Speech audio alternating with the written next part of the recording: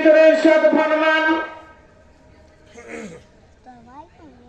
কুল ইয়া ইবাদিয়াল্লাযীনা আসরাফু আলা আনফুসিহিম লা তাকনাতু মির রাহমাতিল্লাহ ইন্নাল্লাহা ইয়াগফিরুয যুনুবা জামিআ। আল্লাহ রাব্বুল আলামিন কোরআনুল কারীমের ভিতরে আমাকে আপনাকে ডাকে বলেন, আমার নবীকে ডাকতে বলেন, ও নবী আপনি আমার গুনাহগার বান্দাদেরকে বলে দিন, আমার যে সমস্ত বান্দা বান্দি গুনাহ করেছে, জুলুম করেছে নিজেদের উপরে,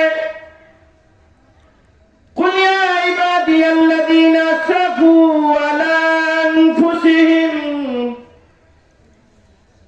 ও নবী আপনি আমার গুনাহগার বান্দা বান্দীদেরকে ডাকিয়া বলুন, তোমরা যারা গুনাহ করে নিজের উপরে জুলুম করেছো। আল্লাহ আমাদেরকে জালেম বলতেছেন। আল্লাহ কয়েক জায়গায় কোরআনুল কারীমের ভিতরে আমাদেরকে জালেম বলেছেন। জালেম অর্থ কি সবাই জানেন আপনারা? জালেম অর্থ কি? অত্যাচারী। আল্লাহ আমাকে বলেছেন, আমাদেরকে বলেছেন অত্যাচারী বলেছেন। আমি নিশ্চিত জানি দুনিয়াতে যে অন্যায় কাজগুলো করতেছি ৬০-৭০ বছর পরে আমার এই দুনিয়া থেকে চলে যেতে হবে, কবরে যেতে হবে, আখিরাতের জগতে যেতে হবে, আলমে বারজাখে যেতে হবে। সেখানে অত্যন্ত কঠিন হবে, আমার এই গুনাহের কারণে আমার শাস্তি হবে। আমি জানার পরেও সেই অন্যায়গুলো করতেছি, তাহলে কি আমি জালেম হইলাম না?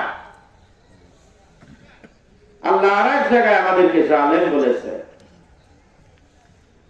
ইন্না আরাদনা আল-আমানাতা আলাস সামাওয়াতি ওয়াল আরদি ওয়াল জিবাল ফাআবাইনা আন ইয়াহমিলনাহা ওয়া আশফাকনা মিনহা ওয়া হামালাহাল ইনসান ইন্নাহু কানা যালুমান জাহুলা।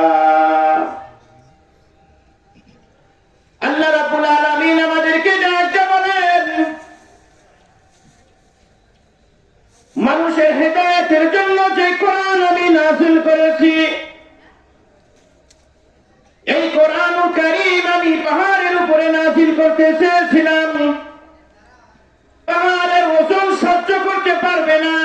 আল্লাহর কাছে বলছে, আল্লাহ এই কোরআনুল কারীমের ওজন আমি সহ্য করতে পারবো না, আল্লাহ তোমার কাছে ক্ষমা চাই। আল্লাহ এই কোরআনুল কারীম আমি পাহাড়ের উপরে তুমি নাযিল করো না।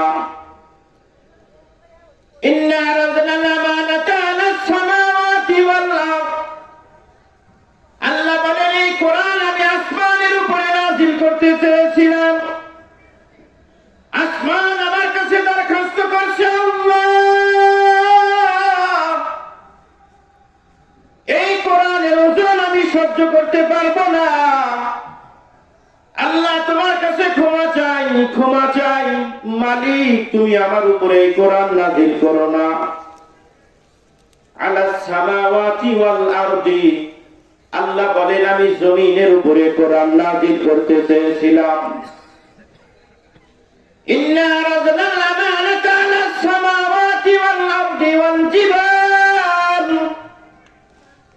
সব পাহাড় পর্বতকে আমি ডাকিয়ে বললাম আমি তোমাদের উপরে কোরআন নাযিল করতে চাই। সব পাহাড় আমার কাছে আবেদন করলো, আল্লাহ এই কোরআনের ভর আমি সহ্য করতে পারবো না। এই কোরআন আপনি আমাদের উপরে নাযিল করবেন না। ওয়া হামালাহাল ইনসান, এই কোরআনের দায়িত্ব নিয়েছে মানুষ। যেখানে আল্লাহ তাআলার বড় বড় শক্তিশালী মাখলুকাত কোরআনকে অস্বীকার করে দিল, আল্লাহ এই কোরআনের ওজন আমি সহ্য করতে পারবো না, সেই কোরআনের দায়িত্ব নিল একজন মানুষ হয়ে কোরআনুল কারীমের দায়িত্ব নিলাম আমরা। ওয়া হামালাহাল ইনসান, মানুষ বুঝতে পারে নাই কোরআনুল কারীমের ভিতরে কি আছে না আছে। মানুষ এই কোরআনুল কারীমের দায়িত্ব নিল, মানুষ আল্লাহর কাছে দরখাস্ত করলো এই কোরআনের জিম্মাদারি তারা বহন করতে পারবে। আল্লাহ বলেন মানুষ দায়িত্ব নিল কিন্তু কোরআন বুঝতে পারলো না, কোরআন কি জিনিস বুঝলো না। এই জন্য আল্লাহ তাআলা বলেন ইন্নাহু কানা যালুমান জাহুলা, মানুষ জালেম এবং মূর্খ। জালেম, এত দামি কোরআন, এই কোরআন আমি আল্লাহ তাআলা তাদেরকে দান করলাম যে কোরআনুল কারীমের ভিতরে কোন ধরনের সন্দেহ নাই। আল্লাহ রাব্বুল আলামিন কোরআন নাযিল করলেন, 23 বছরের জিন্দেগি নবীর উপরে কোরআনুল কারীম নাযিল করলেন আল্লাহ রাব্বুল আলামিন। এই কোরআন তেলাওয়াত করলে কি লাভ হয়? কোন বান্দা বান্দি বুঝে পড়ুক অথবা না বুঝেই পড়ুক, আল্লাহ তাআলা প্রত্যেকটা হরফের বিনিময়ে, প্রত্যেকটা অক্ষরের বিনিময়ে 10টি করে নেকি দান করেন। এই জিনিসটা মানুষ বুঝলো না, মুসলমান হয়ে কোরআন দেখলো না।